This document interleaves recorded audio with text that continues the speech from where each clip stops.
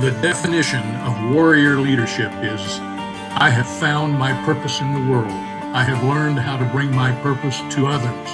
I am living my purpose, leaving nothing on the table, nothing untried, living my someday goals as now.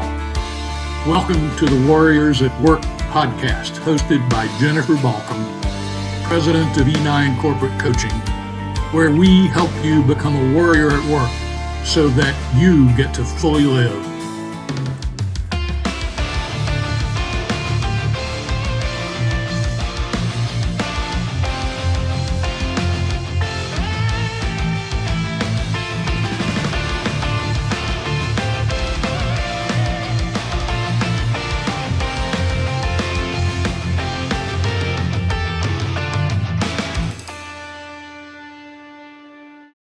What we're going to talk about today, I cannot emphasize enough for keeping our sanity right now.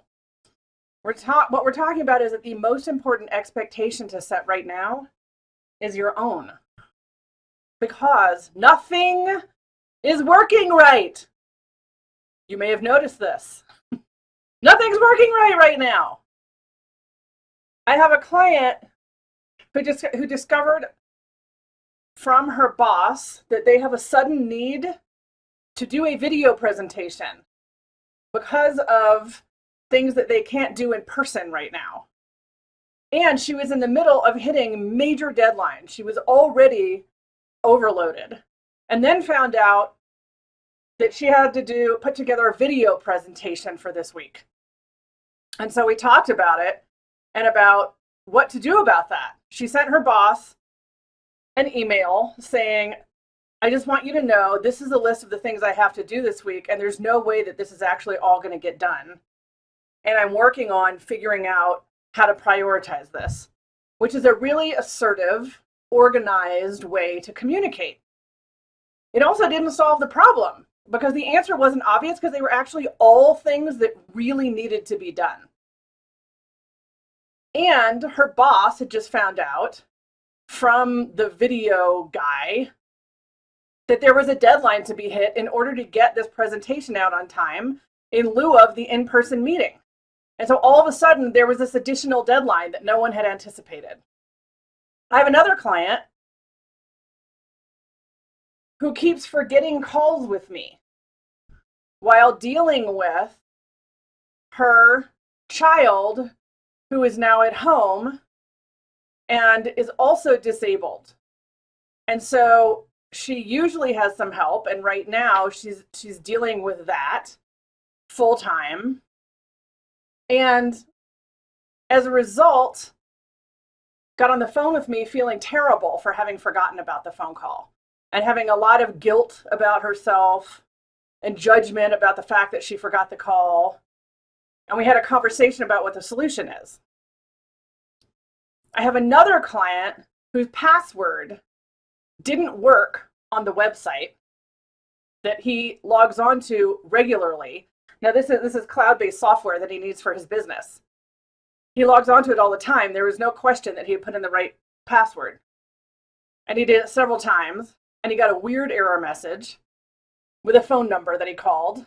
And the phone number had a recording saying, basically, we're all working from home right now. We can't help you. And he couldn't get into the software that he knows he had input the correct password for that he needs for his business. There's no real solution to that.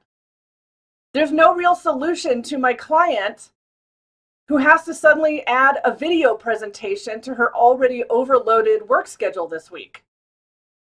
There's no real solution for my client with a disabled child who's now taking care of him constantly and is also trying to keep track of her phone calls with me.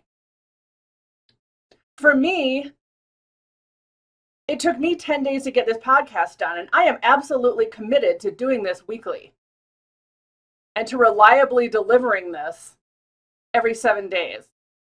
And it wasn't really okay with me that it took 10 days to get it done.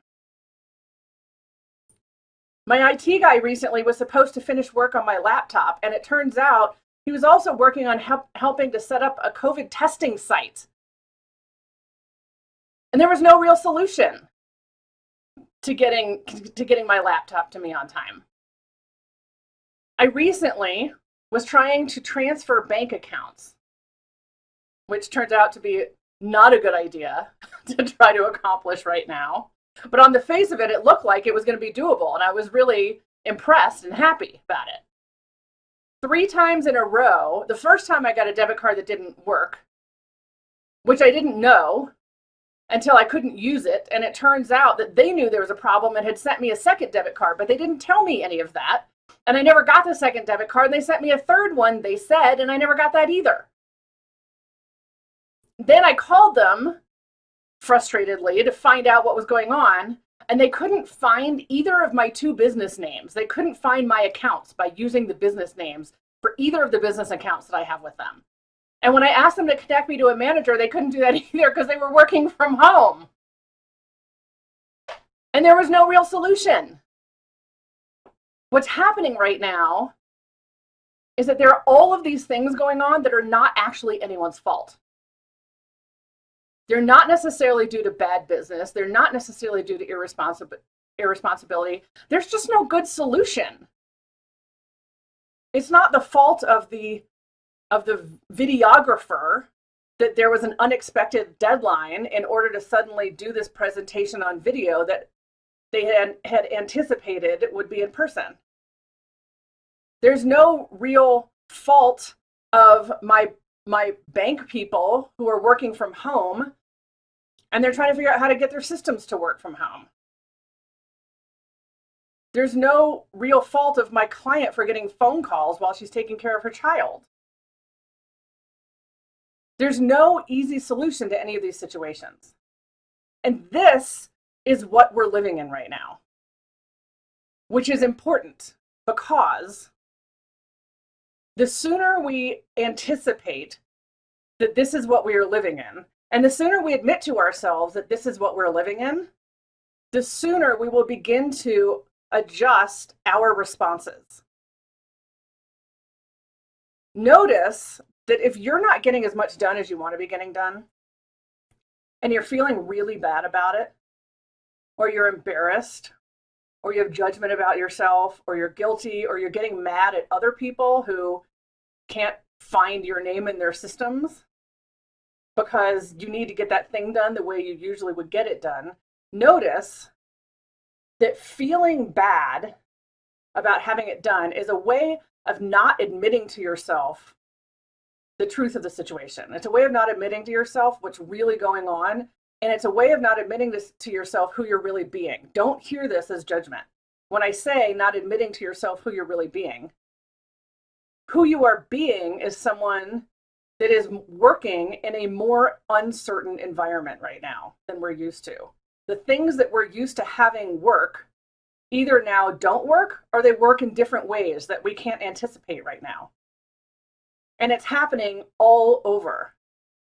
And so if you're feeling guilt or feeling judgment about not being able to do things the way you expect to be able to do them, the solution is to admit to yourself who you're being, what is possible, and what expectations you need to set for yourself about this. The solution is to really strongly look at the reality of the situation and just deal with it. Just admit it. Now, I get for people who are performance junkies like I am, it's easier to sit on hold for 30 minutes getting angrier and angrier, being convinced that you have to get that thing done right now. And my question is, do you really? Do you really have to get it done right now, or is it just irritating that you can't get it done? Is it irritating that 2 months ago you would have been able to get it done the way you're expecting to, and now things are showing up that are really unexpected? The people you expect to be able to get on the phone, you can't. Really look at, do you have to get the things done right now that you're saying you have to get done? And what are the conversations that you need to have with your boss or your coworkers or whoever about things that are happening differently? And recognize that if your boss isn't getting back to you right away, your boss is also dealing with nothing is working right at the moment. And that may be part of your new reality, that your boss may not get back to you as fast as you'd like because they're dealing with the same thing you are. There is giant release and giant relief in simply admitting what is right now. Now, this does not mean give up all your expectations of yourself or your coworkers or your boss. It's not what that means at all. It means admit what realistic expectations are and notice and know that during the day, at least once a day, and it may happen 5 times a day, say to yourself, when you get stuck, when you get frustrated, when something shows up that's irritating, that's taking too long, where you can't get in touch with people, where something unexpected arrived, you have some new deadline that you weren't anticipating, say to yourself over and over, this is what's happening right now. Because it helps remind you that it's not just you. It's really not just you. It's happening to your coworkers, it's happening to your boss, it's happening to your significant other. It's happening all over the place. So simply saying this is what's happening right now is a way to sort of bring ourselves into reality. And then importantly, from that place, we can then make decisions about how to manage it. It's hard to make decisions about how to manage it if we deny that it's happening. If we don't want to deal with the fact that everything is working wrong, that nothing is working right, if we want to come from it from the standpoint of expecting it all to work the way it did, we just end up really frustrated with solutions that don't really work. By saying to yourself repeatedly during the day, this is what's happening right now, it reminds you that it's not just you. There's nothing you're doing wrong.